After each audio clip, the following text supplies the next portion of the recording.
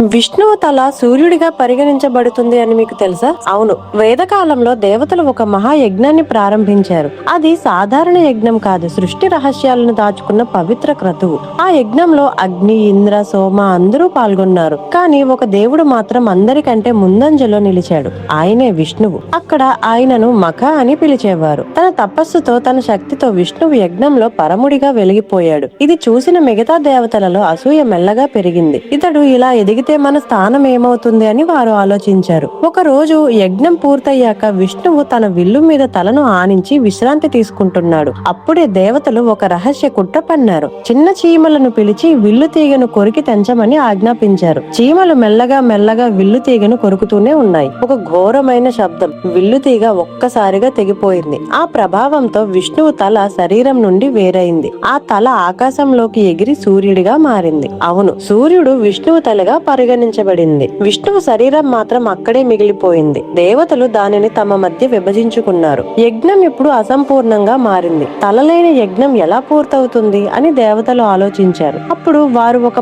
ప్రత్యేక క్రతువును సృష్టించారు. అదే ప్రవర్గ్య యజ్ఞం. ఈ యజ్ఞంలో ఒక మట్టి పాత్రను అగ్నిపై ఎర్రగా వేడి చేస్తారు. దానిని మహావీర పాత్ర అంటారు. ఆ పాత్రలో పాలను పోసి సమర్పిస్తారు. ఆ పాత్ర విష్ణువు తలని సూచిస్తుంది. ఆ వేడి పాలు జీవశక్తిని సూచిస్తాయి. ఈ విధంగా విష్ణువు కోల్పోయిన తలను ప్రతీకాత్మకంగా తిరిగి కలిపారు. ఈ గాథ మనకు ఏం చెబుతుందంటే, నాశనం తర్వాత పునర్నిర్మాణం తప్పనిసరి. యజ్ఞం అంటే కేవలం కర్మ కాదు, అది సృష్టి రహస్యం. మరియు విష్ణువు సృష్టి, స్థితి, లయల మూలం. ఇది వేదాలలో దాగిన ఒక అరుదైన గాథ.